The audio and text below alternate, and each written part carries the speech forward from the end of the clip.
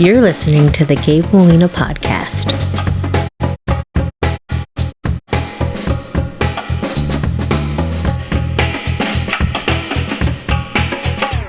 Lina Prado. Yes. How are you doing? I'm doing great. How are you? I'm doing well, and I'm glad that you're here. Last time we sat together was at Battle at the Alamo City. Yes. And it was a hot and heavy day, and we rushed through everything. Oh, it was a great day, though. I'm hoping today we get a little more time, and we don't have to run through it all. Awesome. So you are running for? For Bexar County County Commissioner, Precinct 1. Okay, and that's occupied currently? It is occupied. Who are you running against? I am running against Rebecca Clay Flores, but she's the one in that position. We're actually still going through the primaries this March. Okay. So there's individuals running against her position, and then I'm running as a Republican. Currently, nobody running against me that I know of. Okay, so you should win. I hope so. I'm going to win. And then when's the election? Is that next year? So that's next year. So the primaries is March 5th, and then we have November is the general election. It's at the same so period it runs as with the national? Yeah, the same as the presidential. Okay. Mm-hmm. Okay, awesome. Yeah. And so I have so much to ask you. What made you want to run for this position? Oh, great question. So I don't know if I mentioned, and I think you saw my son whenever we were at the event, but I have a 7-month-old and I have a 5-year-old. And I just want to make sure my kids have the same opportunities that I had here in the United States, but I also want to make sure that they have a safe community. Yeah. And because of that, I don't feel like we're heading in the right direction. So I want to, my corporate experience, I want to use that to bring it into the civic leadership, and just want to be able to give back. Because if we don't have opportunities for our next generation, if we don't build that and we just focus about the today and the right now, we are going to lose this country. So the best way that I can give back is by focusing on what's in front of me, which is the local elections. You know, I there's one thing that I've thought about recently. With the current state of, I guess, the country and our local offices, I feel like I was having a conversation with some friends the other day. And let me just say, there's never an always and there's never an ever, right? But I feel like a lot of people have become complacent with the way things are, and they don't feel like nothing is going to change. Mm-hmm. And the people that I see that are vocal and take more of a stance and are more passionate about changing things are first-generation illegal immigrants. You are not originally from here. No. Tell me that story. So yeah, first I'll answer that first question. It's true. We are being vocal because we've seen what happens in countries that don't have the opportunities that the U.S. has. But what sometimes we get complacent is because we're just listening to the news and listening to Washington, what Washington is doing. You know, Washington's going to be Washington. There's always going to be two sides of the story. Everybody's going to be fighting and going at it. But what we should be focused is what's right in front of us, right? We have local positions that people don't go and vote. You know, it's like you have a pothole in your house, in front of your house, but you're complaining about who's the president, who's the, the representative, the congressman. I'm going to be focused on who's my county commissioner, who's my city council, who's going to fix that hole for me, right? So that's why we feel sometimes our vote doesn't count. Our vote counts, but we need to make sure that we're being vocal and that we're going out and voting for the things that are going to be important to us. Now, on the second piece, yes, I was born in the Dominican Republic. I actually immigrated here when I was 7. Definitely a very hard journey. So my dad was already a citizen. He was here. He tried to do the legal process, and it was just taking, too long, and it was so complex, and there was a lot of red tape. Yeah. Right. So my mother and it's expensive too, isn't it? Very expensive. So my mother and I actually got a visa, went to Mexico, and we crossed the border illegally through. We were stuck in a train for almost for 8 hours, and then we actually got to walk through the border. We spent 3 days through that journey, and then held hostage in a house before we were taken to Houston, where my dad was able to finish the payment before I got here. So reason. It's funny because we hear about horror stories and that journey. How frightening is that as a little girl at 7 I don't know if maybe you understood the totality of what was going on, but that could not have been a very easy journey for anybody, much less a 7-year-old girl. It wasn't. Granted, I didn't understand all of it until, later on. But I do understand that it was hard just because I know my brother stayed behind. I have 2 older brothers, and my grandma, my grandparents that I was very close with. I used to live with my grandma, for a short period. That was the hardest. That's what I understood. I am no longer going to see, my family. Yeah. But I was happy because I'm going to see my father, right? I haven't been able to see him. He was here in the States for so long. I was very excited, but I didn't understand that journey. I didn't understand what it truly meant. And granted, that journey back in 1995 is completely different than that journey now in 2023. Yeah. Right? I have some uncles that made that trip. I think if I had to guess, I'd say it was in probably early 70s, and same kind of thing. They came here illegally and eventually became citizens, and they've been productive. They're old. One of them just celebrated 50th anniversary. Nice. Got a beautiful house, and it's so nice to see. It was so nice to be there yesterday because for me, I know the house they grew up in. It was a $8,000 HUD home, and it was a 2-bedroom. Now he has a compound on 37 acres. Wow. And to see them there, and him in particular there with his kids, his grandkids, his great grandkids, property full of friends and family, and it's like this is that life that people come here for. That American dream. Yes. Right. And that's exactly what it is. And but you're right, it's a totally different experience than what we're seeing here currently. But you cannot compare back then. Granted, yes, illegally, a lot of people can say, oh, that's against the law. I completely agree. It is against the law, right? That's why there's penalties. I mean, we had to go through all the penalties and pay to be able to become legal. Yep. Even though my dad was a citizen, we still have to pay and go through that. But right now, I think we do have a crisis. Right now, it's not... it's not, like your grandfather, or it's not like, my mother and I are trying to get, to that next path. Those individuals are probably not able to make it and get it here. Honestly, those individuals, but there's other people that are coming in that, and granted, that problem right there is very complex. Sure. But it is a problem. Yeah. Yeah. And we're seeing it in the streets here in San Antonio. Sure. It's funny because you were just talking about how, when you were saying it, I was like, that's the problem. We focus on politics on a national level, and somehow we disassociate, or we associate our immediate needs locally with what happens in Washington. And it's so crazy to me because I do that, right? Mm-hmm. I just assume the potholes are going to get taken care of. I don't think about who's in charge of making sure that gets taken care of. Exactly. I focus on what's happening in Washington. And of course what happens in Washington affects you, but I talked to Victor Avila the other day, same thing. He's like, vote locally. Pay attention to your local elections. And I'm just as guilty. I don't pay attention to it. I should. I hope I will start to.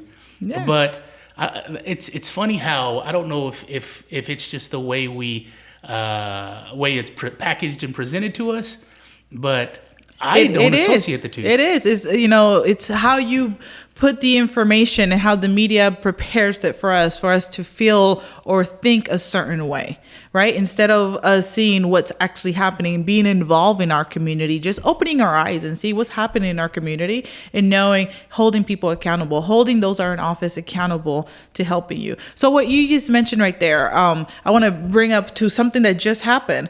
Proposition A, I don't know if you're familiar. Mm-hmm. Proposition A was something that was put in the ballot just in this last election that just happened a few months ago. It's where we were trying to legalize crime here in the San Antonio area. So we were trying to make it legal for you to do a crime and steal, or, from up to $750, and it will be okay. Kind of like what's happening in San Francisco at this time. Okay, so basically, it's interesting because like when I hear something like that, I think, well, okay, how is it being legalized? And so I guess what I noticed in San Francisco, it was up to a certain dollar amount. Exactly. There was no penalty. And that's turned into a nightmare. Exactly. So they were trying to bring it, granted, lower dollar value than San Francisco, but they were trying to do it here, where you can go in and graffiti a building. As long as it didn't cost more than $2,500, it would have been okay. Yeah. Right. So things like that is local. So as a business, think of a small business owner. What is the thought process behind that? So for people that want that, because when I hear $2,000. Like immediately I think of your small business owner downtown. Yes. $2,000 is a lot of money to fix. It is. That may be their entire profit margin. Exactly. For the month. Exactly. The thought process, it doesn't make sense, right? You're trying to say, hey, well, there's some people that just are going to get in trouble, and we don't want them to go and get in trouble and go to, juvie or go to the prison, because then we're now going to send him in a path that is not going to take him out of there. I was like, well, okay, I understand what you're saying. But there's also let me tell you no. Let me educate you and teach you the hard way so you can learn. Because if you continue to do things and you don't get in trouble, guess what's going to happen? You're going to do it again. Yeah. And you're going to do it again. It increases by a little bit. It increases, right? It increases more and more. So I understand what you're saying, but it doesn't make sense, because what you just stated right there, there is a business owner just south off of Roosevelt, south of San Antonio, where Precinct 1 is at, that he is paying $1,000 a month to cover his taxes. Mm. He's not even grossing. Sometimes he grosses $1,500, maybe $2,000. So the good thing, he's retired and has other income because military. But $1,000 a month. Imagine if he had graffiti, and it was by instance, by the way. So I can go graffiti today, graffiti tomorrow. It's by instance. Oh, wow. So that business owner, if he wanted to keep his business clean, now you're taking not only the taxes, but then now you're also taking the margins of what he's earning to be able to pay to keep that business afloat, yeah. Right? A small business owner like a restaurant, right? You can just go eat and just take off. Yeah. Right. That is not what we believe. That is not the culture that we have here in Bexar County. And that's what we want to make sure that we keep it that way. We don't want to become the next San Francisco. Yeah. And that is why we need to focus on the local elections. Sadly, some of the individuals in the county commissioner's court were for that. Mm. And that is what we don't need. That is not what the people in south of Bexar County, in the northwest side of Bexar County, believe in. A lot of the individuals, when like you mentioned, we were talking earlier about your family. Mm-hmm. We believe in family, right? Our family are the ones that are going to tell us, that, hey, you don't do this, you don't do that. Not the government. Yeah. Your family, sure. Right, is the one that tells you that. So why are we going to make things, legal that we don't believe in? This may be a question that we may not have an answer to currently, but these are not stupid people, and if a guy who watches too much TV and works all the time and doesn't pay attention to local politics like he should, can look at that and say, hey, that's an avenue we shouldn't go down. How is somebody who is reasonably smart, I would imagine, and that this is their position, this is their job, Are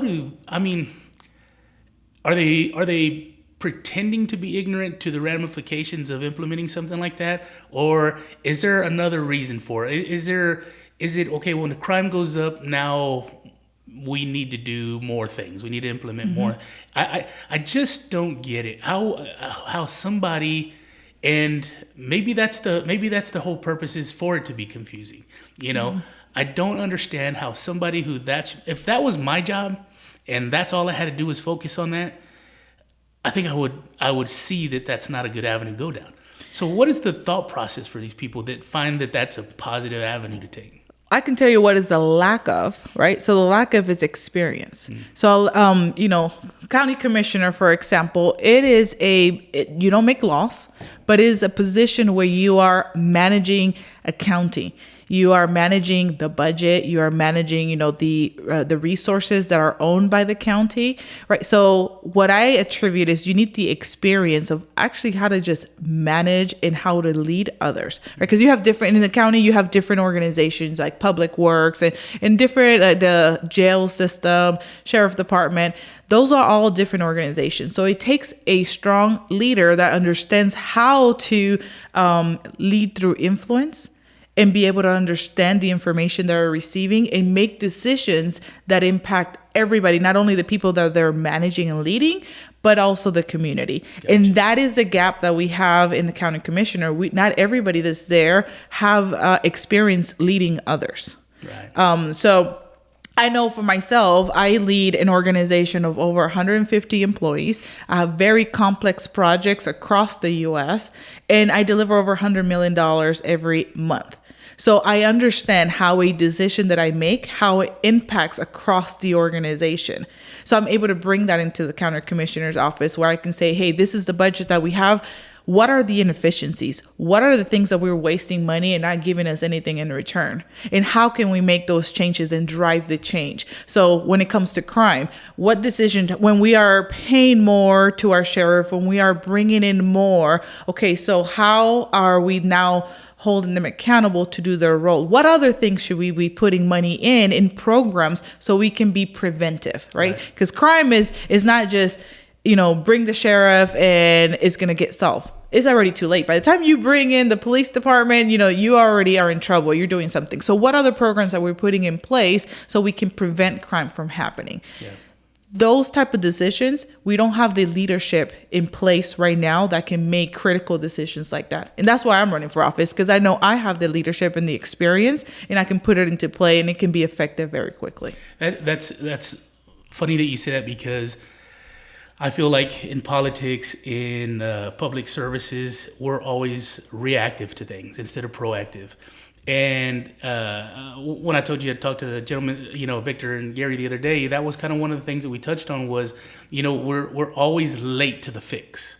We're always behind the issue. Yes. We never do things to get out in front of a potential problem. We always wait for the problem to happen. We fix just up to that problem while the problem's still going down the road. I 100% agree with you. Chasing it. So it's so frustrating. I don't know extremely complex things, so I always just revert to my family and how I grew up, right?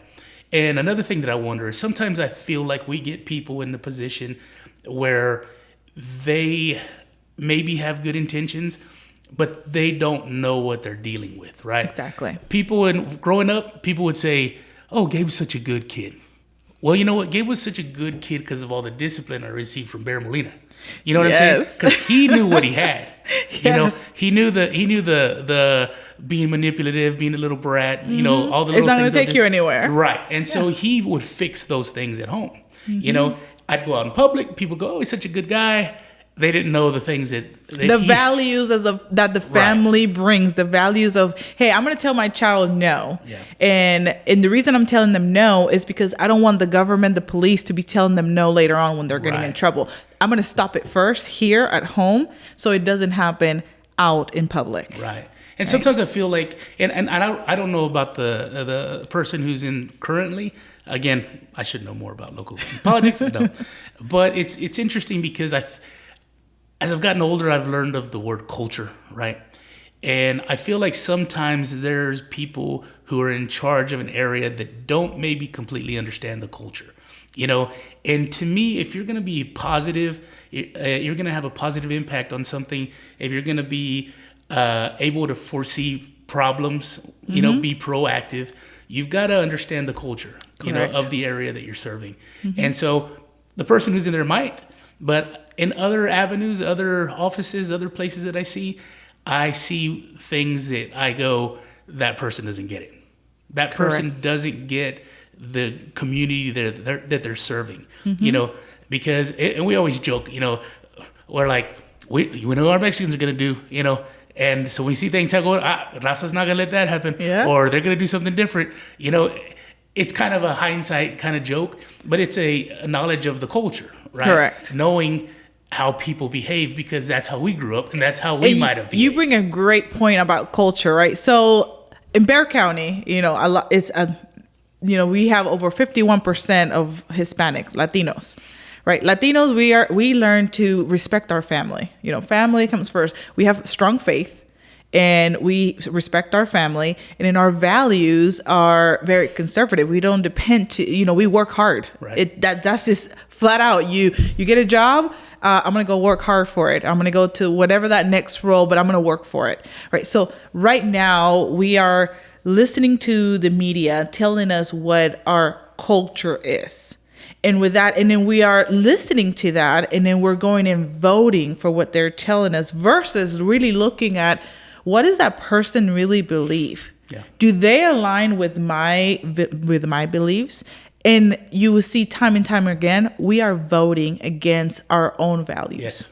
We're literally voting for the things that we are complaining about. Yeah. So we're complaining crime is going up. Okay, well, you're voting for people that are pro-crime. Yeah. You're saying, oh, well, my taxes are going up. Okay, well, you're voting for the people that, yes, they say taxes stay the same, but your appraisal value is going up. So they're still making more money, and they're wasting it because they have no idea how to correctly budget and looking at the opportunities and how effective the money is being implemented and being utilized. Yeah. So we're voting for those things that we are complaining about every single day. Give you an example. You mentioned about building a strategic plan, making sure that we're not looking at the reactive. We're being proactive. Right now, if you look at the county, there's not a good, clear plan to say, this is the things that are mandatory that we need to go and do. And this is the wish we had, right? Right now, we're looking at who's screaming the loudest. Yeah. And then we're going to go and fix whatever that is of the person that's screaming the loudest. What we should be doing is working together to make sure that the money's getting budgeted correctly and putting in plan those things that are necessary. In the south of Bexar County, you still have areas that have sand roads. You have a whole community where it's all sand roads. So like yesterday when it was raining, if you call the ambulance or you call the police, most likely they were not going to be able to make it. Yeah. Because they get stuck. So they have to take their stretchers, get out in the main road and take their stretchers to go into your neighborhood. Wow. This is like large neighborhoods with, 100 homes or more, all on sand roads. But we are then now putting money in different locations, like in the northern side of the county, where we are putting parks, where there's already multiple parks within a 5-mile radius. Yeah. That to me seems like we are looking at who's screaming the loudest for what they're wanting versus looking at what is necessary. What is the requirement? Sure. Because if you don't have the infrastructure in place, then you really don't have a community. That is the core. You having right sewers, having the roads, you having appropriate lighting is the foundation for you to be able to bring businesses so you can have employments. Earlier, we were talking about your past in the area in the small town that you lived and how you have to leave that area if you wanted to go to college or if you wanted to have a job that was not just in the jail system or, one of the other smaller companies that were there. Yeah. When you don't have the right infrastructure in place, those companies are not going to come in. And then your kids like, you, when you were growing up, are not going to have the right opportunities or jobs, in that area. So then they're going to either have to leave and that money's going to be spent somewhere else. And again, money's not coming back to that community. Or they're going to stay there and then either they can stay and have a family and raise a family with whatever minimum they can get from those jobs. Or sometimes, we see where it also increases crime because there's not that many jobs and opportunities. So it all ties back together. Foundation is your infrastructure. Having a good plan of implementing infrastructure, that then brings in more jobs and more opportunities. It promotes more small businesses to, be effective and be able to give more jobs to the people that live in the community. And that in return helps reduce crime. Yeah. It's funny because I think a lot of people are just, and not in an ugly way, ignorant to things, right? And so a lot of times when you're dealing with something that involves like tax dollars and departments that need funding, that money is gonna get spent.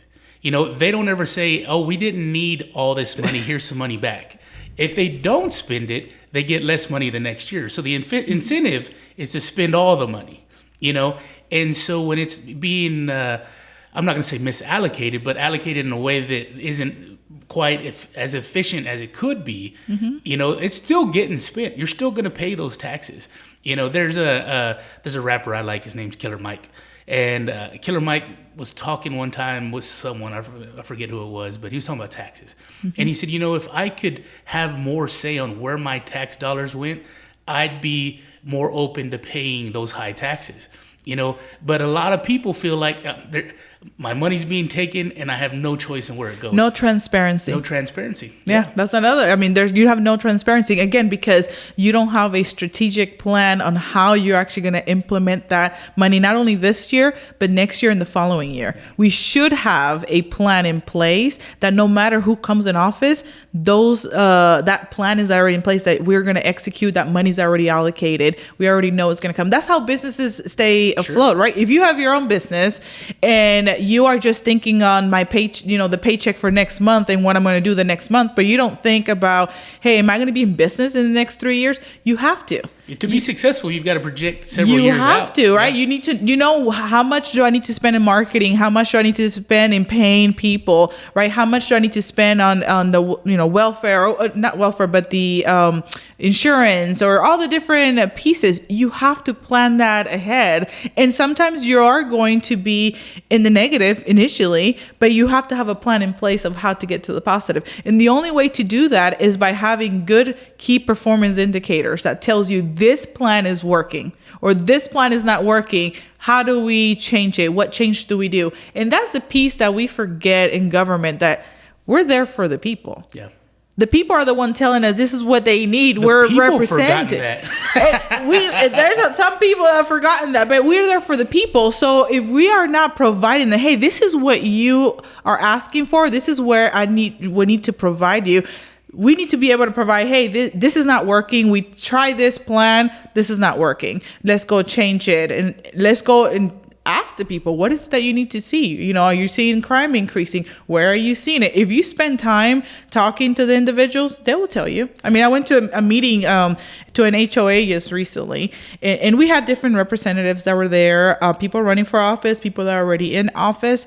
Before we all got to talk, the residents got to speak. They all got to talk about all the different things. Almost every resident said, there's a crime in this location. There is this happening in this location. All focus on crime. All of them. They're all tired of it. Yeah. They're just talking of this in their area.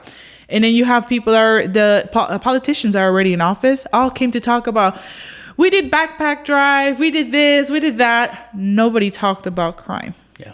So me coming into office and it's like, hold on. I know you're all elected and you're here. Nobody focused on the important things. They're telling you exactly where the crime is happening.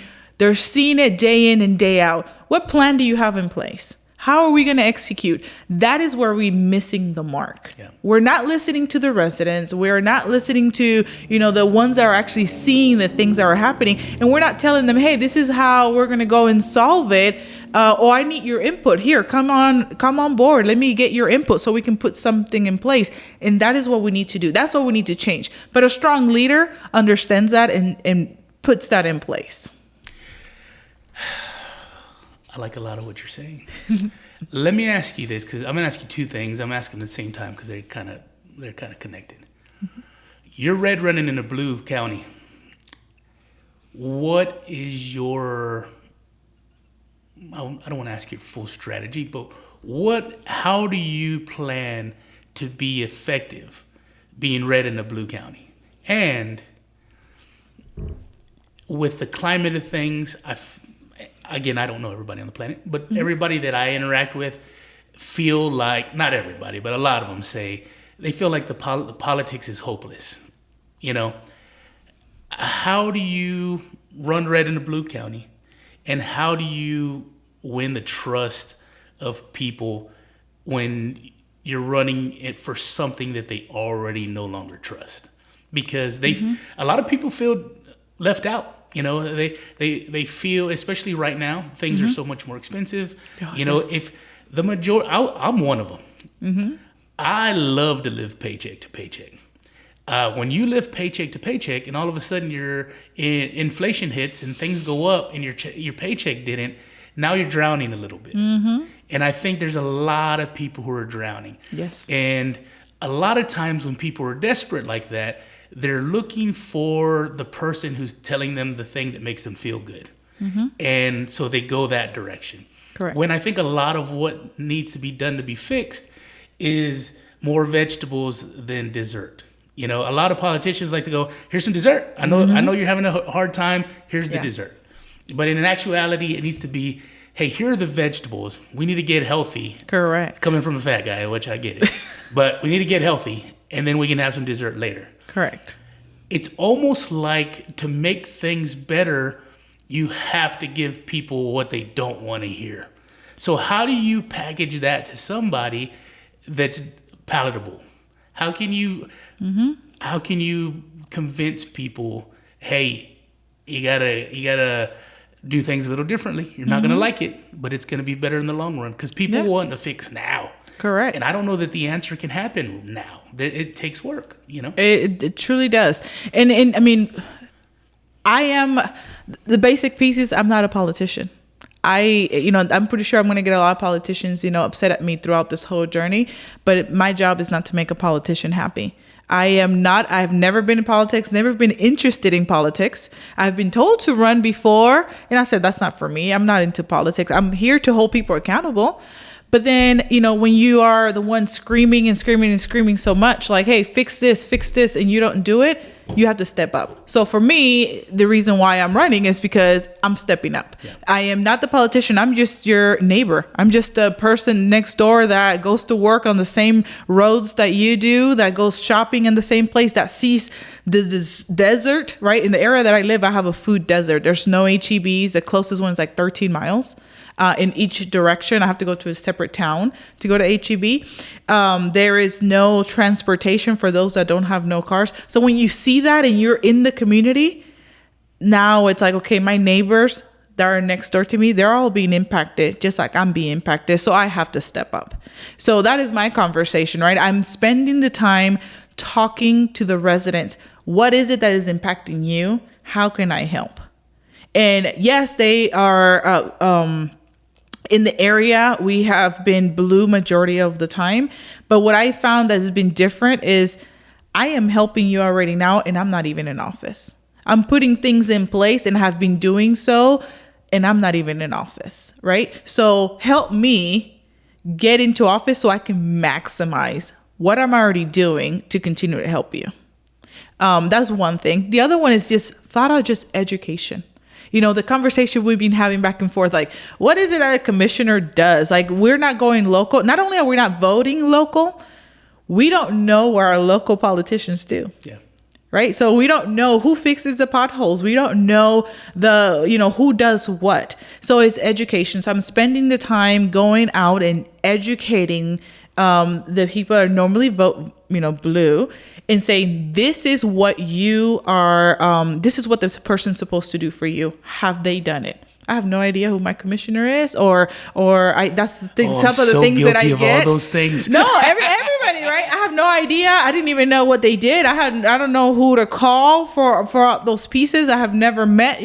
Those are the type of things that I get. So I do the education piece, and then the next piece is, what is the definition of insanity? You continue to do the same thing over and over again and expect a different result.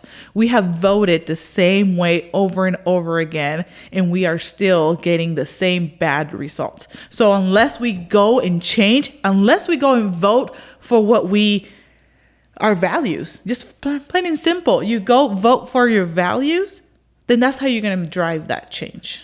Let me ask you this.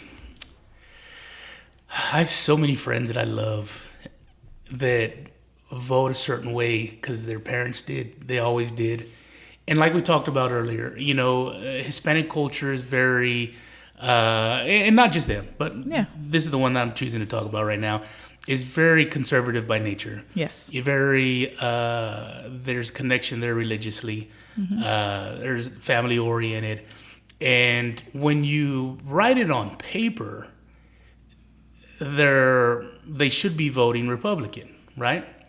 Majority of the time they vote Democrat. Yes. And there's this continuous, I guess, way of voting.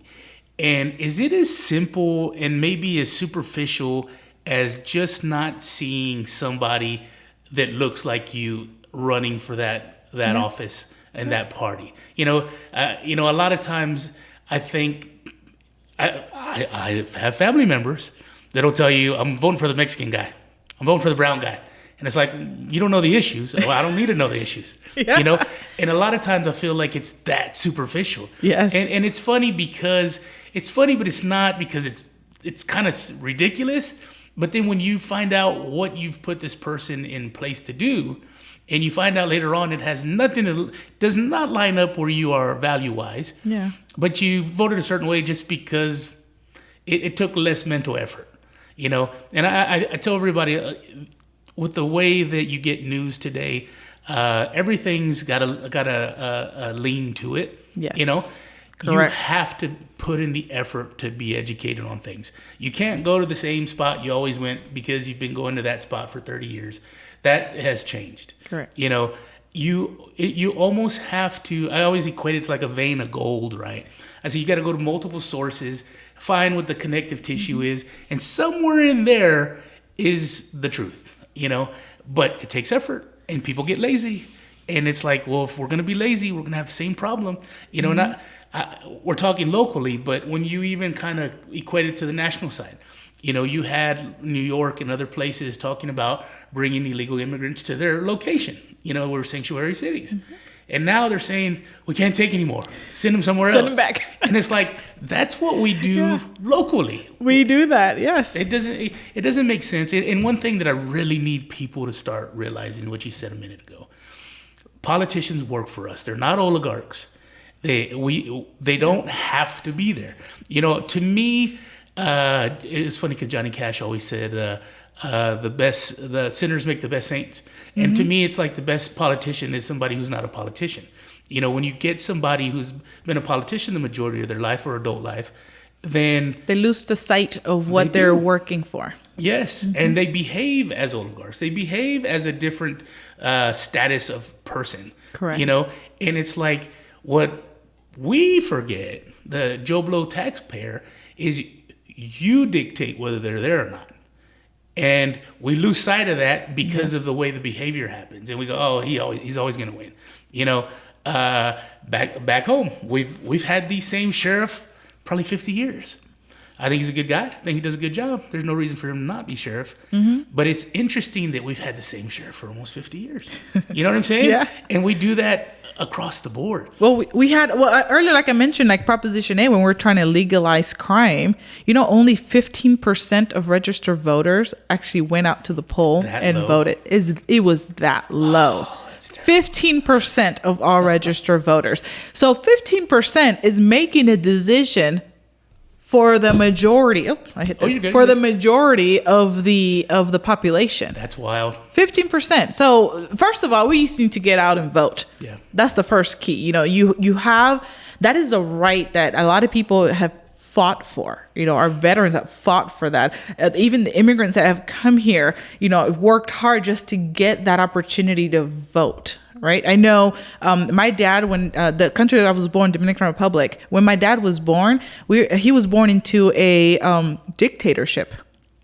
And the guy that was there, Trujillo, that was a dictator, he was one of the most brutal and the worst dictators. Worse, Cuba had nothing on the Dominican Republic. Right. He was just that bad. You said something that he didn't like, you disappeared. You were gone. Wow. It was just that bad. And my dad grew up in that, and my mother also grew up in that time frame. And even after that dictator was taken out, and the new leadership, right? The United States actually went and helped the Dominican Republic start the democracy.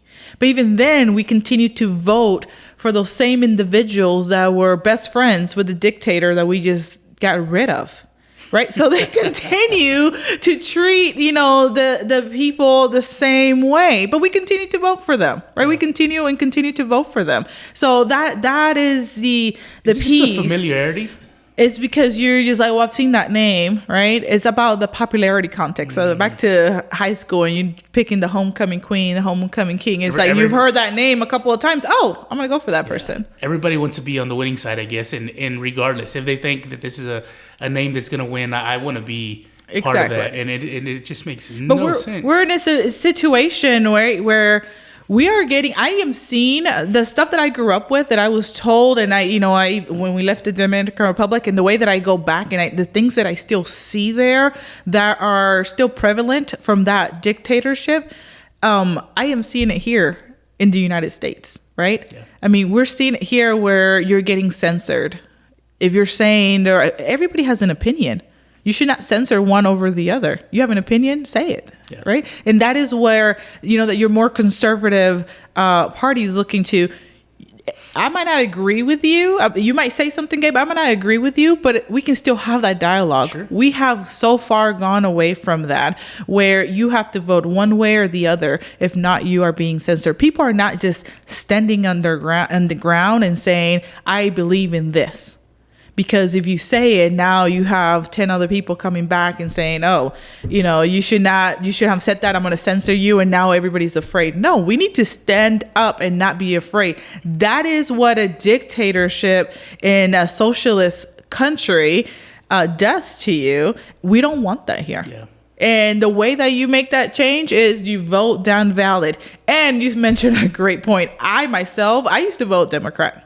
Right? Because as a Latina, that's what I was raised to do. Because when my parents came here and they had the rights to vote, that's what they were told that you did, right? Because Republicans are racist.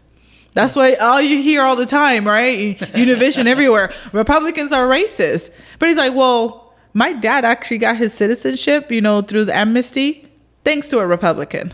So we are washing history, right? By putting that, Republicans are racist. I'm pretty sure there's racists on both sides. Oh, sure. Being a Latina and a person of color, I'm sorry, but there's racists on both sides. So let's wash that out. That's the other thing is it's not a matter of racism just here in the States. You've got racism around the world. You have racism between Asian countries that can't within their own culture. Yeah. Within their own culture, you have racism. So you need to keep that away when you're making the decisions on who. You need to really look at, does their values align with you? Do they believe the same thing that you believe? And if so, do they have the experience to do that job? Yeah. The foundation comes to that.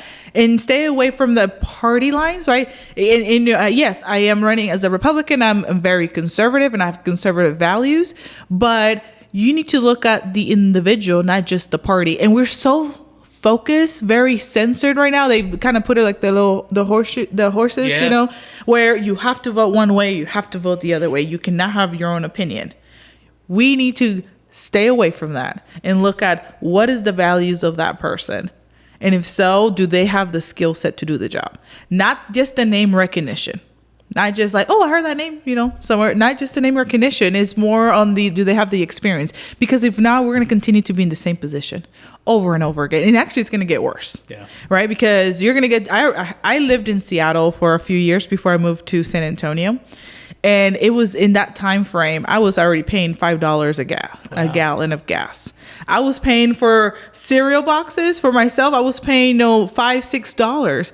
When you pay here now, they're like $3. When I first came to San Antonio, they were like $1.50 to $5. So it's only going to get worse because their policies is the way that, they want that here in San Antonio, in Bexar County, in Texas.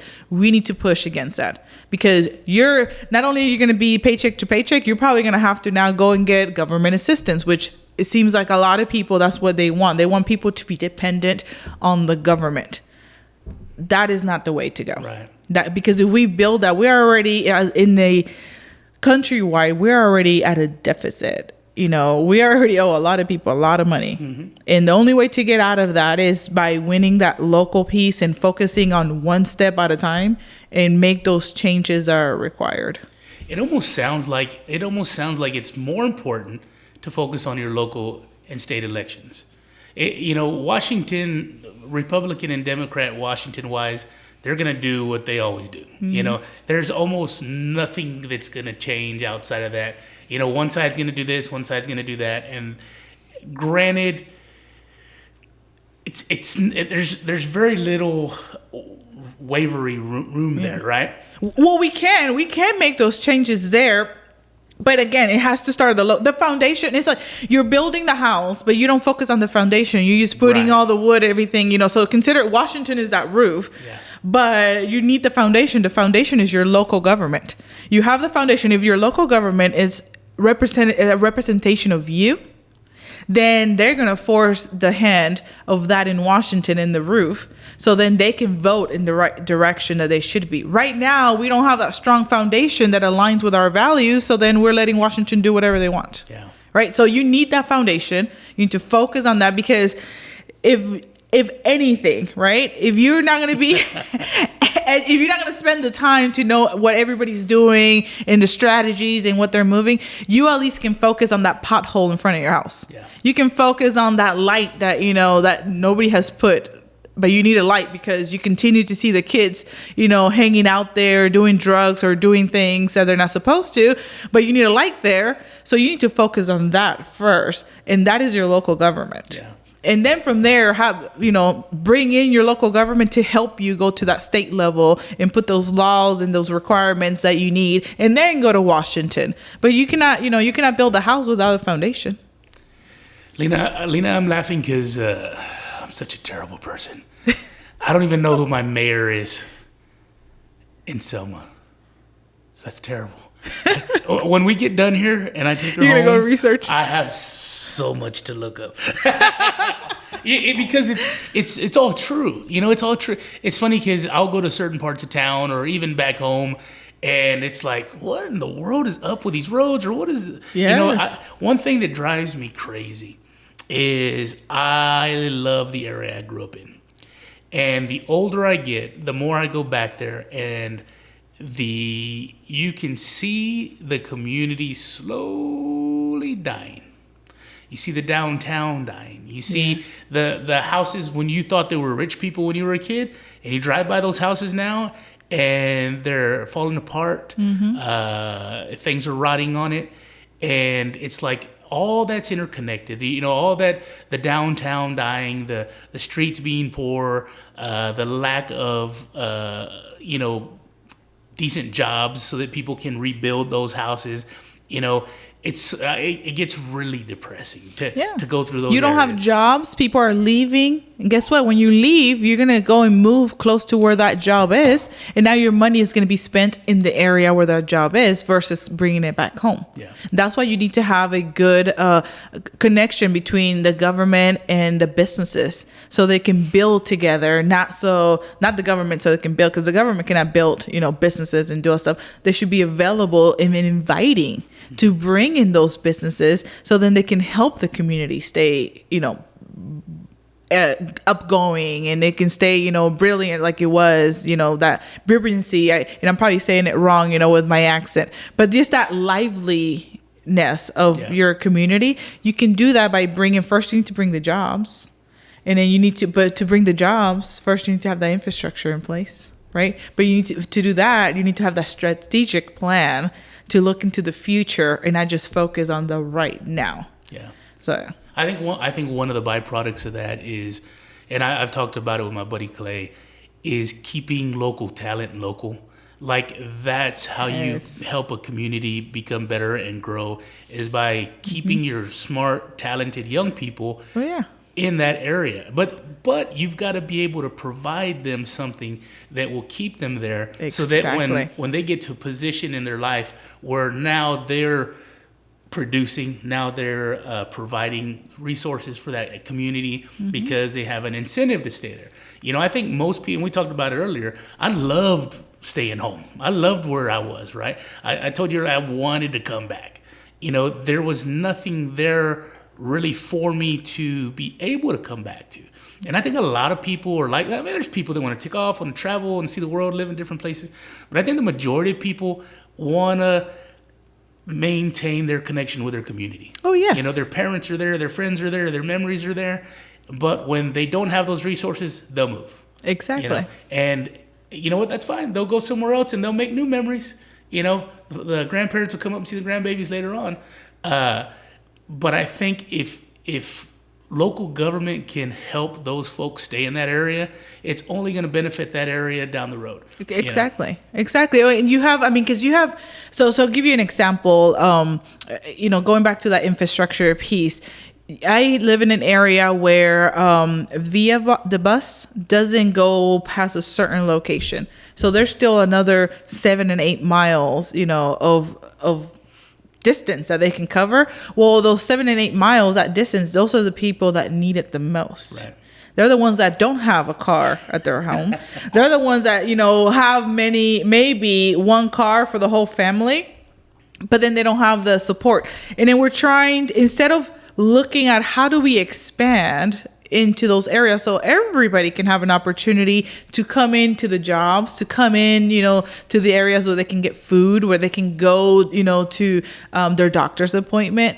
Instead, we're going and putting monies in areas that have more cars and have more availability, right? So sometimes, we're going back again. Funny? We're not listening to the residents. We're not listening to the needs of the people and focusing those pieces that the government can do, not focusing or working with those individuals like small businesses and big corporations on like, hey, we need to provide more services here. How can you help? Let's come together, because if now you as a corporation, if I can get VIA to give, more areas, expanding into more areas, now you might tap into more resources of employment. So now, hey, Toyota, other companies, you might now have other employees that you can train as a pipeline because now they have transportation access, right? It all connects together. But again, you need to have a leader with experience and a leader that can see into that can see into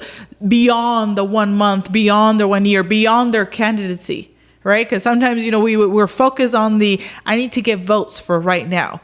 It's like, well, you will get votes if you get things done. People will see that you pave that road. People will see when you do those sidewalks. People right now are seeing when the politicians lie to you and they say, oh, I was involved with that, but they're just coming for the photo op instead of coming to the actual getting the work done. It's so funny that you bring up the VIA thing because, and I'm ignorant to it, it may be a great hub that gets utilized to its maximum potential, but I have friends that live on this side of town. So I've come up here. She lives on this side of town. Come to see her, see my brother, see her brother. And it was funny because you may have seen it coming up. There's a massive VIA station up here. Massive. Yes. And when it was being built, I asked my buddy, I said, who the hell is using VIA up here? Who is using VIA up here? Yes. And it's like, I don't know, but it's massive. Mm-hmm. And that hub is so big, and maybe it serves other purposes. Maybe, like I said, maybe. But who the hell is riding the bus up here? Well, I think there's some people that want us to use the bus more than our cars, right? And maybe that'd be great, but we first need to fix the whole infrastructure for that to be able to happen, right? Because if it's going to take me an hour, 2 hours, 3 to get to work, I'm not riding it. Yeah. If I have a car, I'm not riding it. So we need to make sure we're fixing the infrastructure, right, to making it more simplified and also give more people access. Yes. And then you can see people utilizing it. But if we all have cars at a house, everybody has cars, and it's going to take you 30 minutes versus the 2 hours in a VIA, you're going to choose the car. Well, the path of least resistance. That's a thing that I always found funny because I used to work downtown several years ago, and there was always this push for public transportation. And it's interesting because you're telling me about areas that I'm unaware of that don't have those resources, right? Mm-hmm. But it's like these areas need those resources, but yet you're still expanding in areas because you're hoping to convince somebody to give up their independence. Correct. Right? I want you to not drive your own vehicle and get to work in a time that you want to get to work and have that independence and freedom to go run other errands and do other things. Mm-hmm. I want you to stop doing that because this is a more a strategy that we have. This is a strategy we have. We want to make it more accessible, and we want people to use, lower their carbon footprint or whatever the thought process is. Correct. But it's like you have people who need something, but yet you're trying to cater to people that you still got to break from their habits that they're not going to break. Exactly. As long as my truck's running, I am not getting on a bus.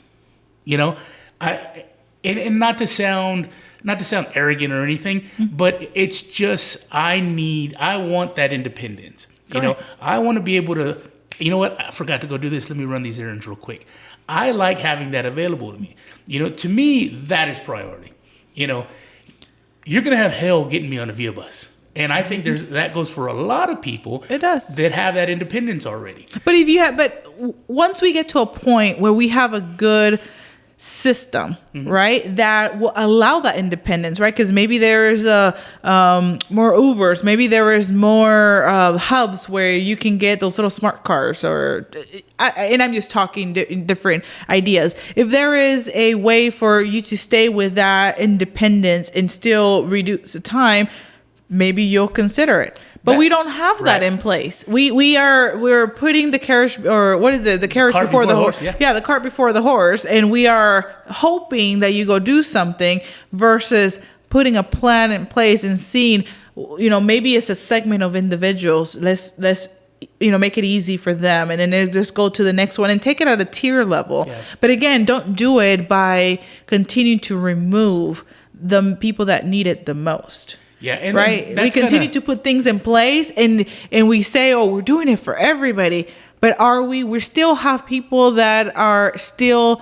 We're not giving them the opportunity, but then we expect them to get out of that poverty, to expect them to be able to do more, but with less. Right.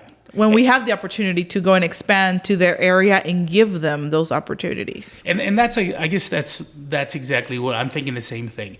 And again, I got to dumb things down because that's how my mind works.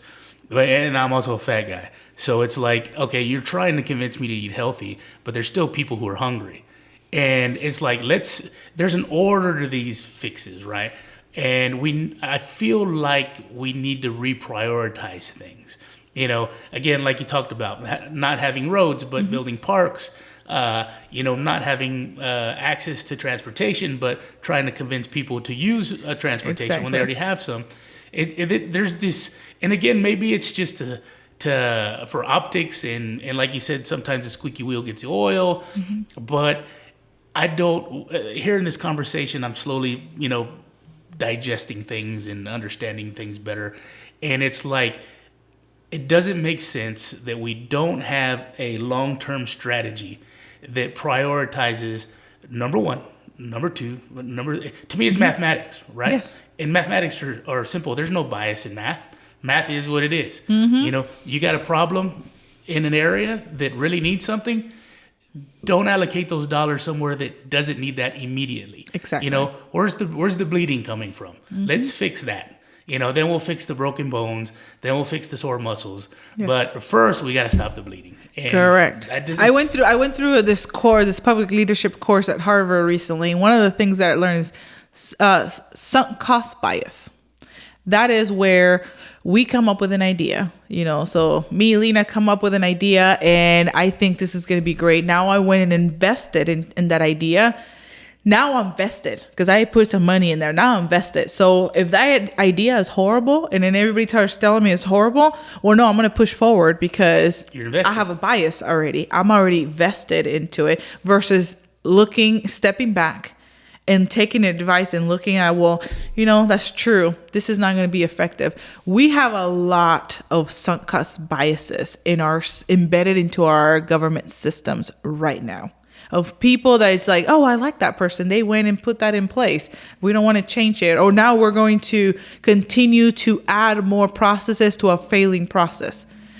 that is not how you are become effective, how you drive the change. That's how you do that. What happens is that's how you start spending more money. That's why every year you need more money and more money and more money to be able to do the same things. Not just because costs went up, it's because you have some bad waste in there. Maybe organizations are saying, well, if I don't spend all this money, I'm not going to get more next year.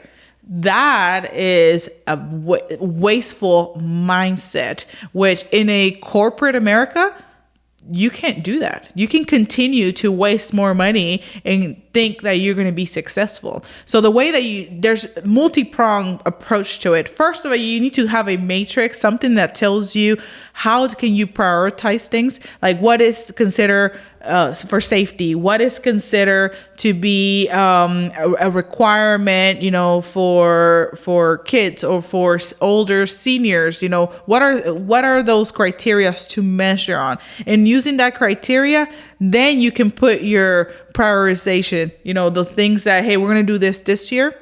We need to get this done within the next 3 years. We need to get this done within the next 5 years.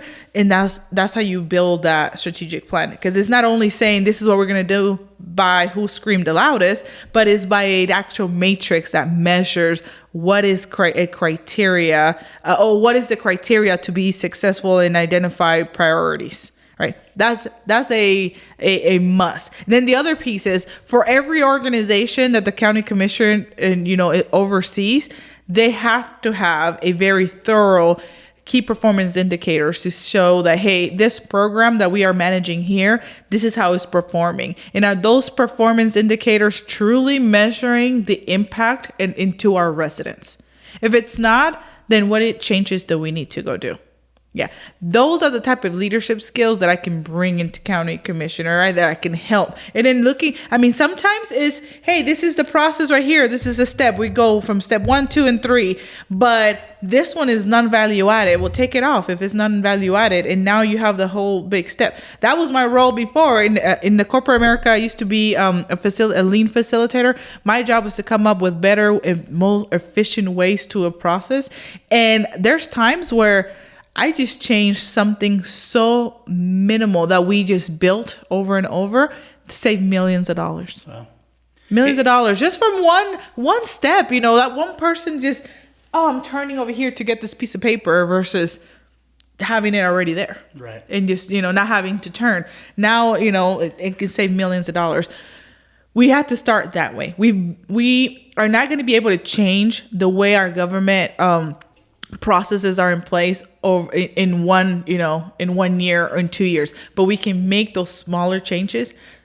Focus on the big piece, in the big rocks, but take that smaller rock and chip at it one at a time, and next thing you know, the whole rock is gonna be gone. Yeah, and I guess that's how you start changing the culture of people's mentality. Exactly.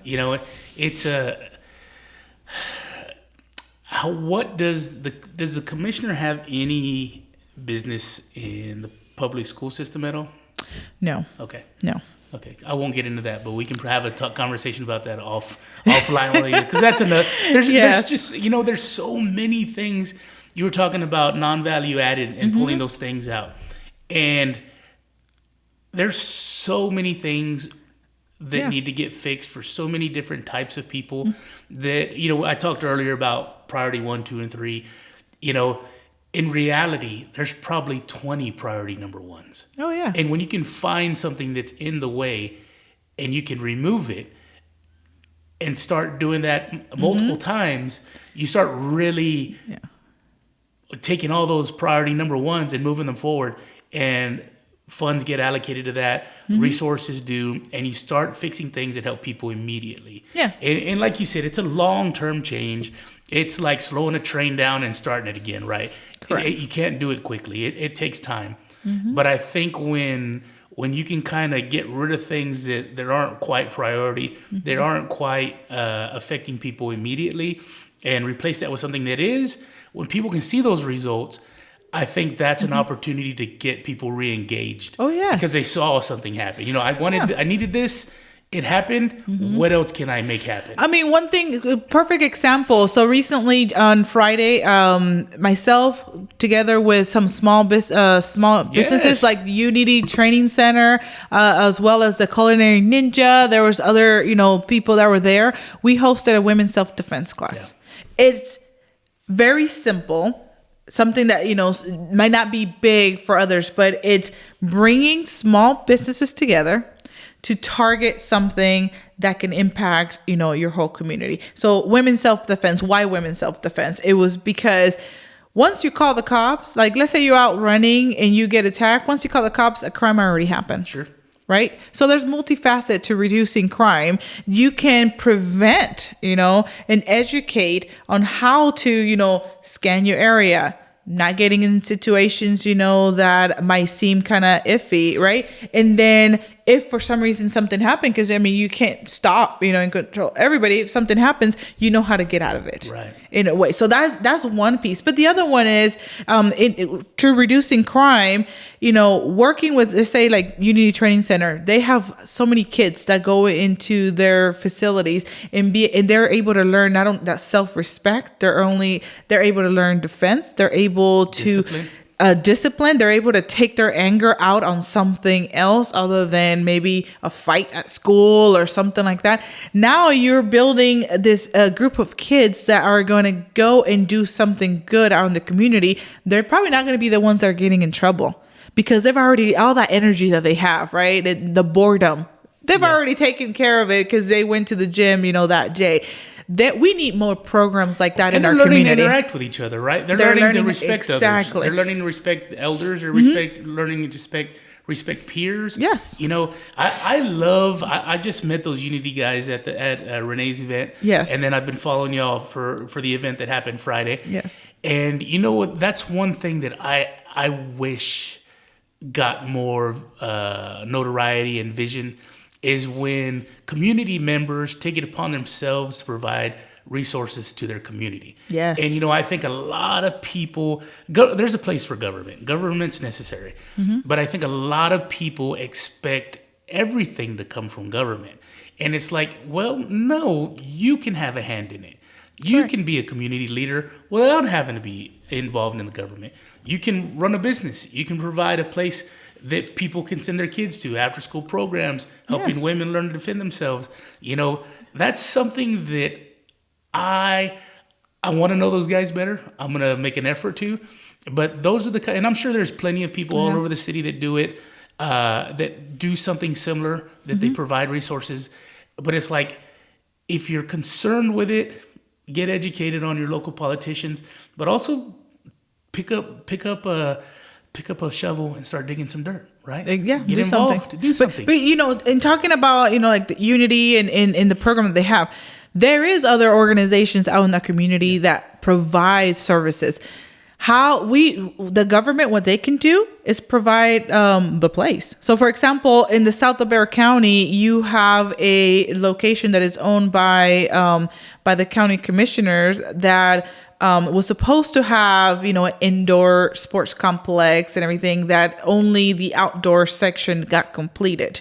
If you had the indoor place, and there is some in the precinct 1, there is some, but not in everywhere where it's needed. Now you can have the community come in, the businesses that can come in and provide classes to the students that they can go. There's a place that they can go to. I remember when I was growing up, I grew up in Pasadena, just south of Houston, very poor area. But one of the things is the YMCA used to come in there, and they used to use either schools or different community centers and be able to provide us classes, different sports classes. And that's where all my energy, I didn't get in that much trouble because all my energy, I was learning something new. I was talking to other kids. So when I went home, all my energy was all gone. It was like, oh, do your homework and, get ready to go to school the next day.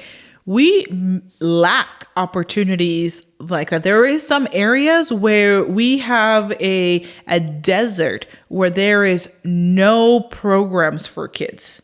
right? And then the parents cannot go to the locations, right? Because they cannot get to the south side all the way to the north side where majority of the programs are available. And then you don't have the like a community center where the kids can go to. And then the businesses are sometimes, not there. So I appreciate those businesses that decided, you know what? I'm going to open it in the far south or, in the areas that need it the most so I can provide those kids the opportunity. We need more of that. That's how the government can work with those small businesses. So they can give them an opportunity to open their locations, to provide those resources, but then also be that connectivity, right? Don't make it harder for them to open a business. Don't make it harder for them, with taxes. I know there's a small business out in Somerset. They opened up. And it's a small little place, and Somerset is very small. And just this past year, their taxes went up over $700,000. Wow. Small business in a small community. We need to be better. Yeah, we can do better, right? We can. There's things that it can be done. We can do better, but at the end of the day, is putting that connectivity together to help. Because at the end, it helps with crime. It helps with it all comes in full circles. Yeah. And that's one of the things that I want to do. I want to have a youth sport commission that brings in all this different organization that provide, those services and be able to look, how can we solve it? What can we do to ensure we don't have deserts in our area and we have opportunities for all of our youth? Yeah. You know what? One thing, and not a slight at him by any means, but I think your local government needs to make an effort so that regular people can help their community. They don't have to be Harvey Najin. They can be the guys at Unity. This is a passion. This is a thing they love, and now they're extending it to the people around them. Mm-hmm. It helps them financially, but it also provides a resource to the people in that area. Correct. And it's like, there's nothing wrong with making money. There's nothing wrong with it. When you're providing a resource to an area, you should be compensated for it. Yeah. But you shouldn't be put in a position where it's too expensive to even get started. Exactly. And that's the stranglehold I think that happens in a lot of rural areas. There's an entry to barrier for a lot of people. And I mean, and not to make this a Unity no, commercial, but that was the most recent one of the things that they do is every Friday they host 6:30. They host a women's class for free. And it's open for everybody that is in the community. If you want to come, it's no cost. So they're able to make their money in other ways, right? But they're still providing back to their community. And I'm sure there's other organizations just like that. But then you might not know about it. There might be other people that just don't know about it because, they're a small business. They might not be spending the, $100,000 a year to do a marketing plan. Yeah. But there's things that, that we can help them, that we can put in place, to help grow those small businesses and be able to provide back to their community. I wonder if there's a means, like, I love this platform, right? I love this platform because you and I are not in a hurry. We're not going to be here all night, but yet we have an opportunity to have a conversation that's in depth. And granted, so many times happen that when I get done and I'm driving home, I'm thinking, man, I should have asked this question. Happens all the time. Yeah. But it's a different platform. But how can business owners, how can facilities that can facilitate business owners providing things to the community, there's got to be a better way to connect those people and educate the community on their availability so that way people can go, man, I love to bake cookies. I would love, if I had a place that I could go and invite kids over or maybe their parents and teach them how to bake something, teach them how to do something that makes them more independent. I feel like there's this huge gap in, and kind of going back to what we talked about before we started recording, there's this huge gap in what we know and what we don't know. What's in our area? I don't know. How do we make that less of an issue? Because there's a lot of talented people in the community. Oh, yes. There's a lot of giving people in the community. There's a lot of people that would love to utilize a resource if it was available to them. And I feel like there's this there's this bucket that's just full of experiences and giving and people in need, and it's like, how do you get A to B as a community? How do you get A to B as a governing body without being overbearing, but still make it accessible? And I'll give you a great example of one of our communities out in the Southside. It's called Villa Coronado. They have a small park and a community center where they do different activities. And then there was another building that was going to be teared down, and they fought with the community there, fought with the leaders out at city council and won their case. So the city decided to revamp that building, and now it's like an extension of that community center. Now people from the community who have, that can do maybe a yoga class, that can do different courses, a cooking class, they can come in there and host those events, and is available for their community. If we can just that was a perfect example of community and government leaders working together. We need to amplify that across. We have gaps across our county of that nature. So we need to make sure that, but it took those residents to speak up, but then it also took those leaders to listen and be able to then provide them that help, right? And they were speaking up very loudly, right?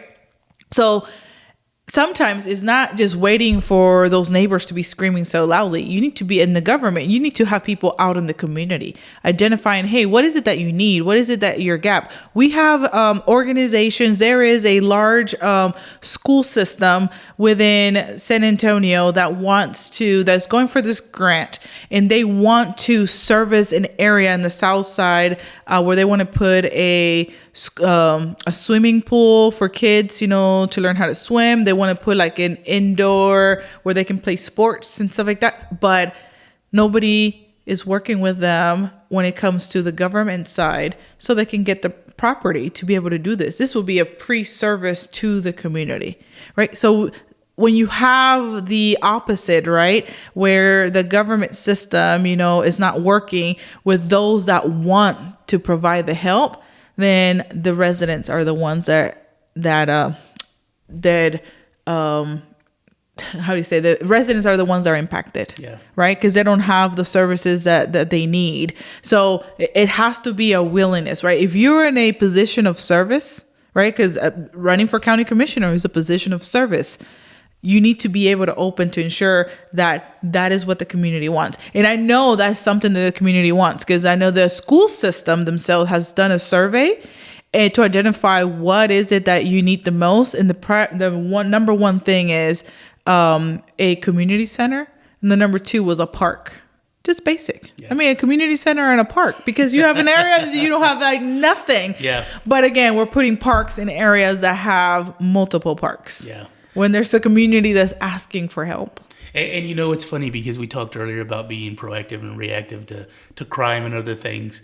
And what people need to realize is having resources like that is proactive, right? That's not being reactive. That's not building a larger jail or more prisons or, things of that nature. Correct. You're building parks. So instead of, and it's a no-brainer. I think a lot of people miss it. But I've said before, when you have children and you can teach them right from wrong at an early age, people have different circumstances, parent-wise or household-wise.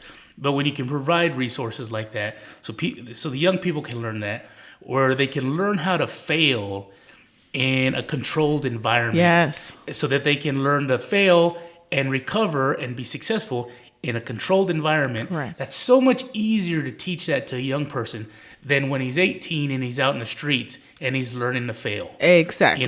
That's too late. And so when you talk about reactive and proactive, these resources are proactive. Correct. So that should be, when we talk about a priority list, that needs to go up a little higher on the priority list. Oh, I agree. I mean, I remember when I was growing up, I had my brother, he will play, video games. And I'd be like, oh, you're never going to make money with video games. We got the whole video games are like the worst thing ever. Oh, yeah. But in reality, now you have kids that are playing video games and making a living out of it. They're actually making a career. So you have now organizations like the Port of San Antonio that actually has a location where they can come and play video games and compete with others, and also go into big competitions as earning them money, right? Where they have a place where they can go in and look at the ideas, and they can generate, a revenue by selling an idea, right? So we need to bring in again the business community to look at what are the challenges and what are the gaps that our kids and the youth is having,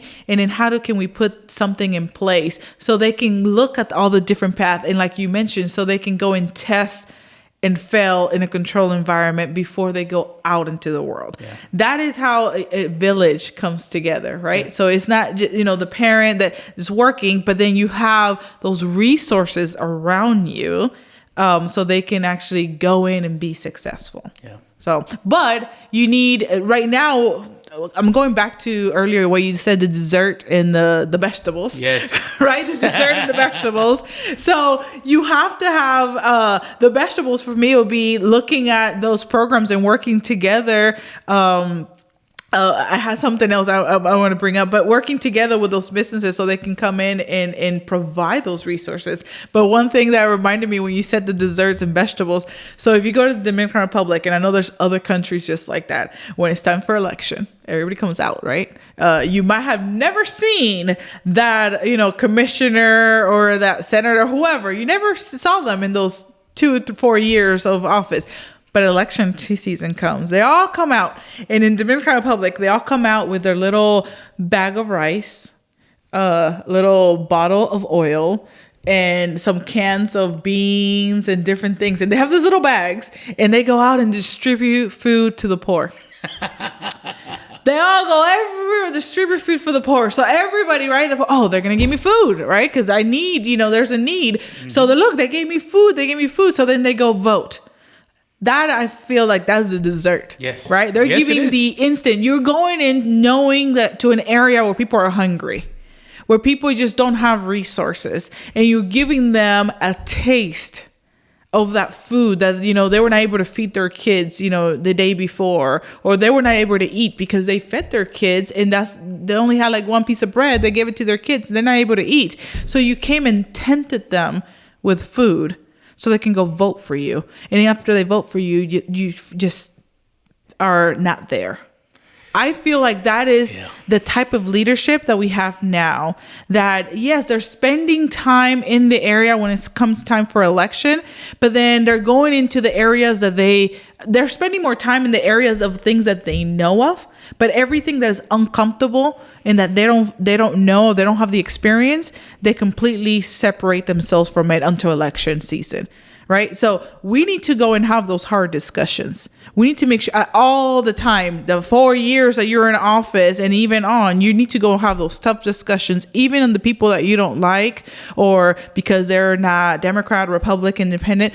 Even if you don't like them, you need to spend time having those tough discussions and making sure that you're getting the resources, because at the end of the day, you're not only representing one segment of the population, you're representing everyone. Yeah. So everybody's voice needs to be heard, and you need to make sure things are putting in place are the things that are going to impact our entire community, not just a few. And that's the piece that I feel I bring that experience, because I work with people from all over the world. I mean, I have platforms of people in India, like if I have in Israel, like if I have in other locations. I need to be able to work with everybody, whether they agree with my, if I'm a Christian, whether they don't agree with it. I have to still treat them with respect. I still need to get my job done and be able to get to a common ground. Sure. So by having that experience, I'm able to go in and work with anybody, no matter what policies they want to put in place, whether they agree or not. I can still have a respectful and common discussion and try to get the best for the residents in our area. Yeah. It's funny because, like I said earlier, I dumb things down for myself. Little old man Bear Molina and George West. When I was a kid, I told him I didn't like this kid on my T-ball team. And his words were to me, you don't have to like him, but you do have to play ball with him. Correct. And that's exactly what you're saying. You know, when what you described to me, what happens in Dominican Republic, you know, that's a level, to me, that is a level of evil that is, I wish was more rare, because that's terrible. Mm-hmm. That kind of thing that happens here is very similar. And when you see politicians come into an area, one of the things that I can't stand, and not to harp on a political party, but I'm going to harp on a political party, but I hate when a politician comes into an area that's Hispanic and tries talking to the community in Spanish. One, they're chopping it up terribly. My Spanish is terrible too, but to me, it's pandering, right?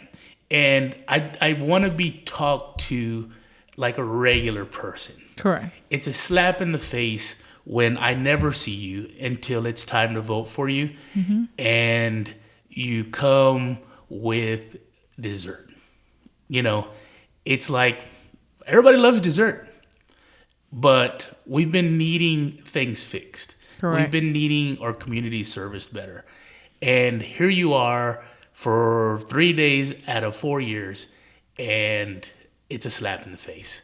You know, some people let it ride, but I think mm-hmm. for the majority of people, it's gotten to the point where, you know, we're in a recession. We're not doing as well as we used to, like we talked about. Everybody's a little drowning. I think I read something, and I'm guilty of it too. A lot of the population is living on debt, you know, credit card debt or mm-hmm. other things. And not to mention the folks that were already drowning before. Yeah. You know, it gets to the point where it's almost, you know, you hear the phrase political game, and it's like, how dare you call it a game? You know, there's people who can't get first responders because they live on the sand road. Mm-hmm. You know, there's people who can't get a better job because they can't leave their community. You know, it's tough because at the end of the day, decisions are being made, and I think a lot of times people are making decisions because it might make them feel better to have voted that way or implemented something, but they don't have the connection that they should have with their community that they're serving, and those people are falling through the cracks. Mm-hmm. And in a lot of cases, it's life and death.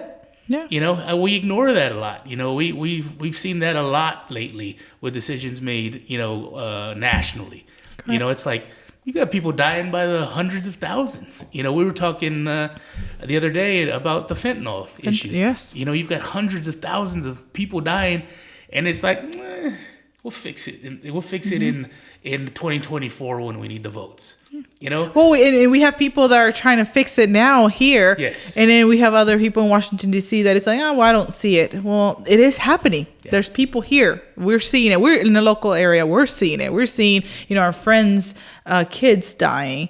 So that's one of the things, that we need to make sure we're helping and pushing, right? Not only in the political office, but also parents in general, or, you know, advocates, or, you know, need to go and spend the time advocating. But not only fentanyl, what you just mentioned earlier about, you know, the pandering and other pieces. So I've seen that, right, where there's individuals that say, well, we're electing people to office because we never had a person of color, or we never had somebody, you know, the Spanish, you know, which is great, right? I'm glad we need to have people that look like us, you know, representing, but it should not be because they look like us that they're in those positions. It should be because they're the best person to be in that position, right? Because in my job, I would never want them to give me a promotion just because, you know, I'm Black, I'm a female, I'm Latina. No, I want you to give me the job because I earned it and I worked hard and I'm the best person for that job. Yeah. It's great because I'm all of the above, that now, you know, we have more representation, but it should be based on what I bring to the table. And that's the thing in politics. We are pushing for that. We need to get away from just providing an opportunity to somebody just because of the way that they look.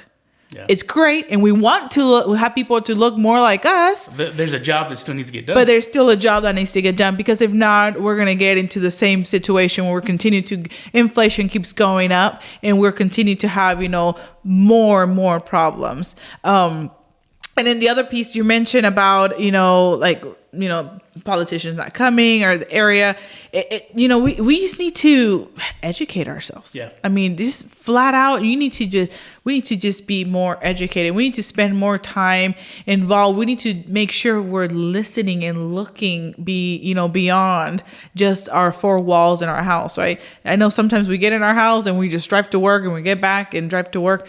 We need to look and pay attention. Well, what's changing? What's not changing? What's driving? How is this impacting me or not impacting me? So. And I think that's some of the vegetables, right? Because with that requires more responsibility on your part as an individual. Yes. And that's a vegetable, right? That's you being more involved. Taking control, being more independent, taking more initiative to do things in your area. There's a lot of responsibility with that, but it's worth it. At the end of the day, it's worth it. You are going to hear me talking Spanish, though. Okay. But I'm fully fluent. I am not, so I like to listen to people. Whenever I hear them struggling in Spanish, it's like, oh, do you speak Spanish? Oh, you do. Oh, I speak, better Spanish than English. Mine's terrible. So it's funny because my dad recently, he's like, how come you don't know Spanish? And I would tell him, that's a question for you. I said, when we were kids, you and Mom would talk in Spanish. Mm-hmm. And I would ask, what did you say? And he would say, don't worry about it. That was their means of talking behind our back. Yes. So it was never. There you go. It was never taught. We pick it up here or there. The more time you're around it, you're a little more. You become a little more, I guess, fluent in it. Yes. But it was never an incentive for him to teach us, because that's how he kept secrets. I try to teach my daughter as much as I can, but she's always going to be fluent in English. That's going to be, if she picks up here and there, that'll be great, but I know she's not, because at the end of the day, as humans, right, what we hear the most is what we're gonna, speak the most. Like, I cannot go and have a great conversation as I'm describing, the technology of an airplane in Spanish. Yeah, I had to do it in English because that's how I learned it, right? I can try, but that's how I learned it. But I can have a great conversation in Spanish and be just fine. But it's those things, it's all by practice. Yeah. It's all by practice. So I know my kids, she's probably not going to learn it. My husband, he's Hispanic. He doesn't know Spanish. He understands it a little bit. He doesn't speak it, so it's okay. I've got a cousin who's a jerk, and it's funny because I was talking to somebody, or I forgot where it came up, but somebody was saying how they spoke 3 languages. Mm-hmm. And he's like, well, good for them. He's all, every taxi driver in New York speaks 5. That's true. I was like, that's a good point. That's a good point. That is a good point. But Lina, is there anything else you want to share? I've had a great time talking to you. Thank you. I'm so glad. This is a great conversation, by the way. I've enjoyed it. Yeah, it's just good. Talking about the important things for all of us, in our community. But I know one of the things I know we didn't talk about. So the reason I say I have the experience is not only because I'm in corporate, but I also have like a nonprofit that I co-founded, almost 10 years ago. So I've been in the community. What's I've the name seen of that? it. It's our Women Aviation Alamo City chapter. Okay. So it's where we give education to girls to take opportunities in aviation, not only through scholarships, but we also bring those experiences to them so they get to learn directly from people that are doing those jobs, and they get to see themselves in their representation in those industries. But also serve in multiple boards in different let's things. go back to that real quick. How do girls get involved in that, and what makes a good candidate for you guys? So we actually we work with different other nonprofits, right? Because, you have to work together with different organizations. So there's other nonprofits that they have girls that are going through their programs, and then they bring them, as well as we go up to the schools. We work with the social workers and counselors. We send them, messages every time we have different activities. So we try to target girls that most of the time have never been in an airplane. are in areas that are more challenging. Right. So we never say no to any girl. So even if your family's already in aviation or, are millionaires, we would never say no. But we try to target those kids that they need to see something else beyond. So recently we had our 9th Girls in Aviation Day, where we do a whole camp. That's awesome. And bring in, we brought 120 girls. They got to go and fly for the first time. We actually had more than 80% of the girls first timers being there, but also first time flying. Wow. So on an airplane. So that was, and they love it, right? And they might not all go into aviation, but at least they see something different that they too can do it. And then they have a free membership, so they can come at any time and just mingle with other female ladies that want to be in the industry. So and the key there is being able to provide a different source beyond the education, beyond the classroom, where they can see themselves doing something like, oh, this is where I will use math. Yeah.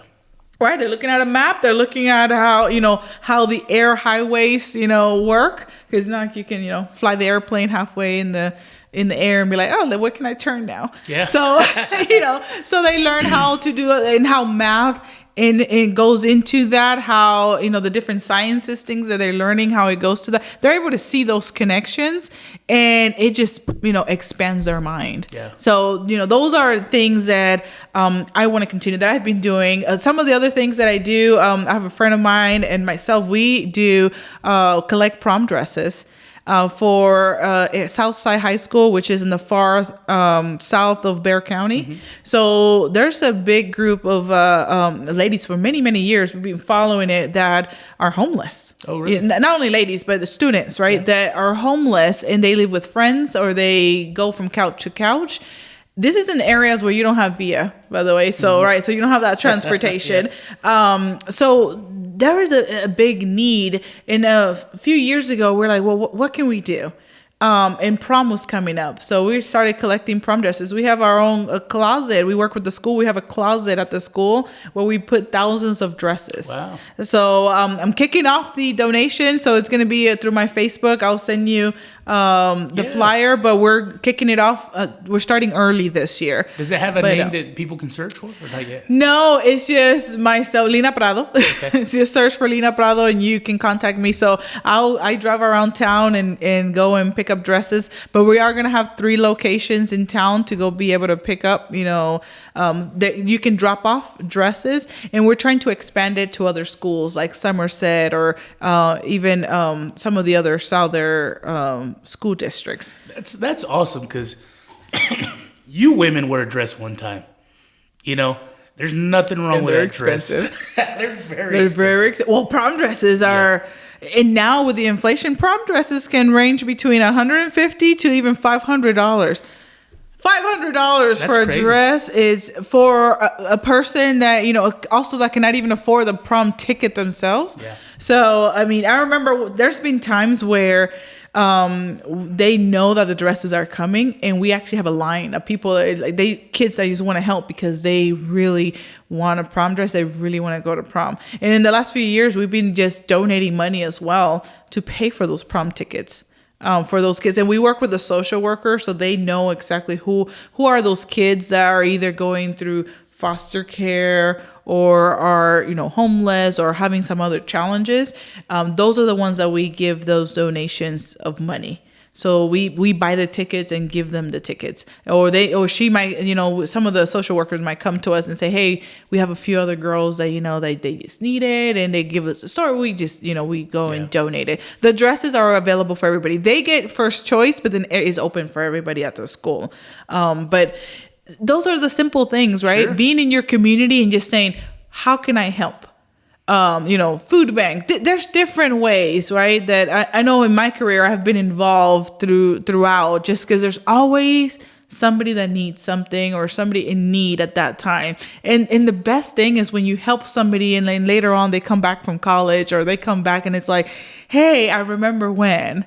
Yeah. I have people that I work with now that it's like, I remember when I was in high school and you went to my school and you talked, and it's like, it just opened my mind. Or I went to one of your events and you just opened my mind, and now they're like working in the field, not even in my company, in other companies, they're just working in the field. And it's like, so a proud moment. Yeah. Right. So I want to be able to do that same thing that I've already been doing for years, and I will continue doing, and just want to put it in a commissioner's role and be able to continue to connect the right resources and make sure. And then I have my experience, right, from my, corporate experience, being able to connect that, just caring for people, be able to provide the help that they need. That's so important. And it's funny because when you're talking about the dresses, I think about my parents, because it's so important for people. When you hear that, you go, man, that's a beautiful thing to do, to give a young girl a beautiful dress so she can have a great experience. But it's so much bigger than that, because as a parent, I would imagine not being able to provide that for your kid is heartbreaking. Yes. And to be able to have a resource like that where they know their child's going to have that experience and is going to have a good experience has to relieve some of that stress and weight on them. Oh, yes. So it's not just impacting the children. You're impacting the parents. You're impacting the atmosphere in the house. Everything changes. Exactly. And there's so many things that are that way, right? It's funny. You talked about the food bank. My wife and I had gone to volunteer several years ago at the food bank in New Braunfels.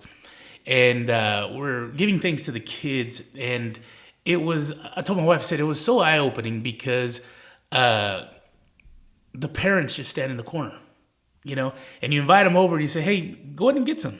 It's not just for the kids. And they look at you and they go, I can get some.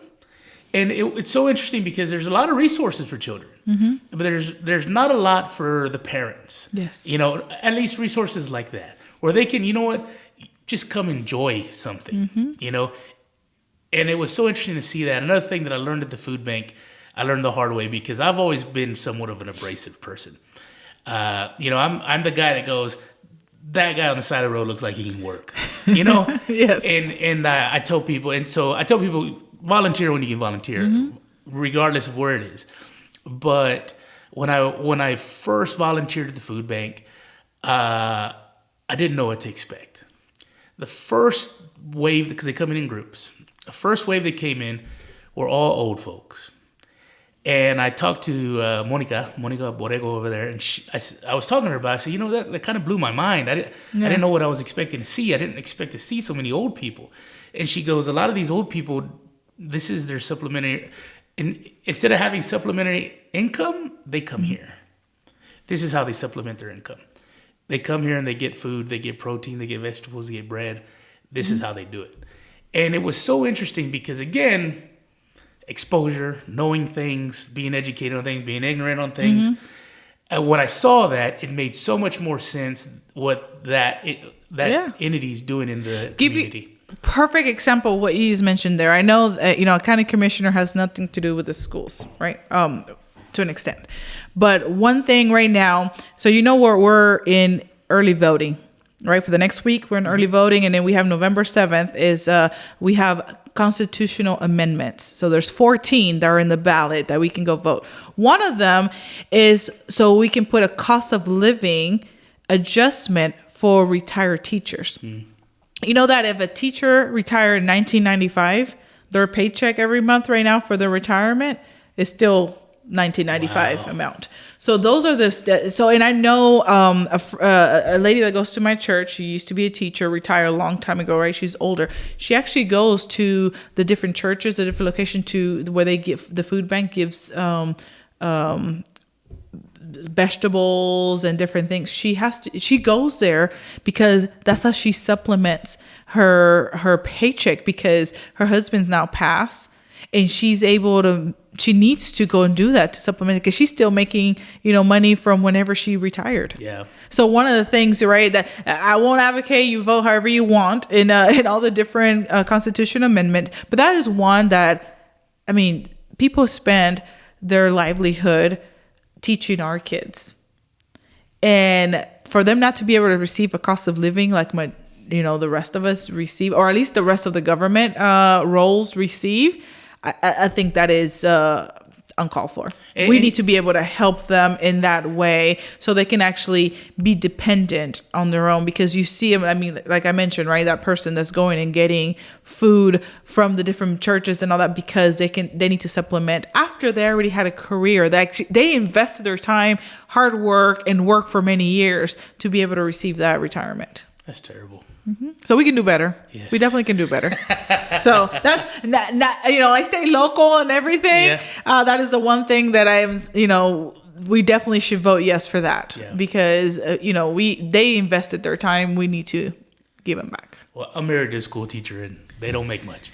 They don't make much, right? And that is true. But imagine if she was retired like in 1995 and she'd still be making that amount of money. That's tough. Yes. And at that age where you don't really physically are probably incapable of doing much else, that's depressing. When we talk about, when we talked about Killer Mike earlier and being able to have more say on where your tax dollars go, that's the kind of thing where if people knew things like that happen, I think they'd be more proactive in the way they voted.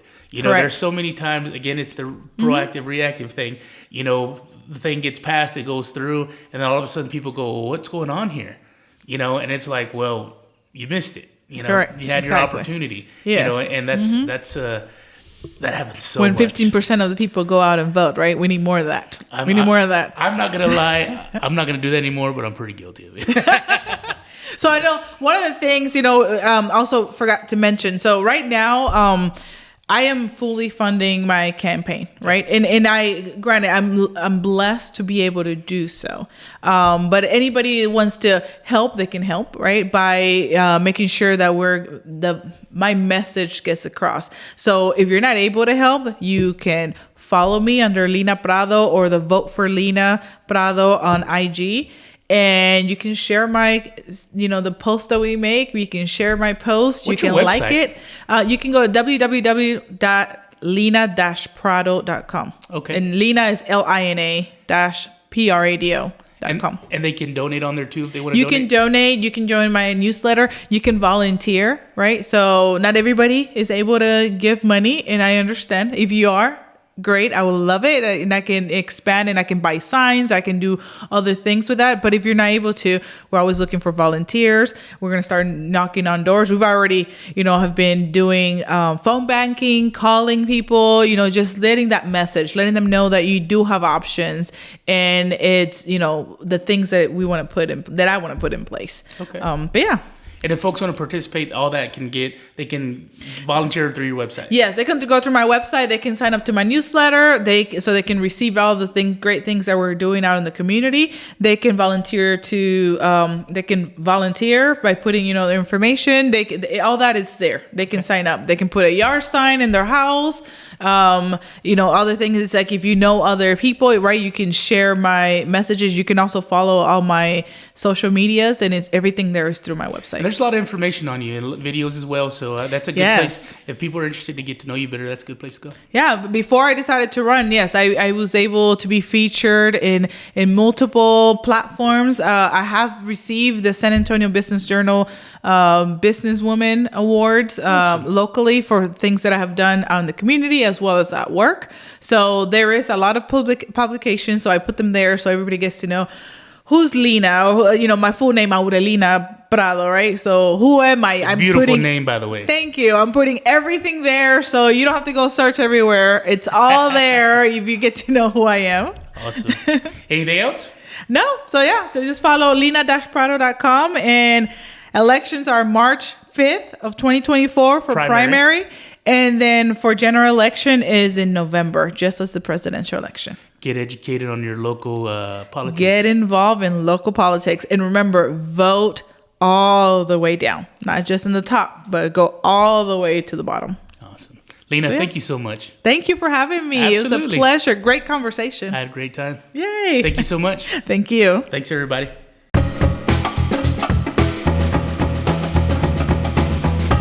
Thanks for listening to the Gabe Molina Podcast.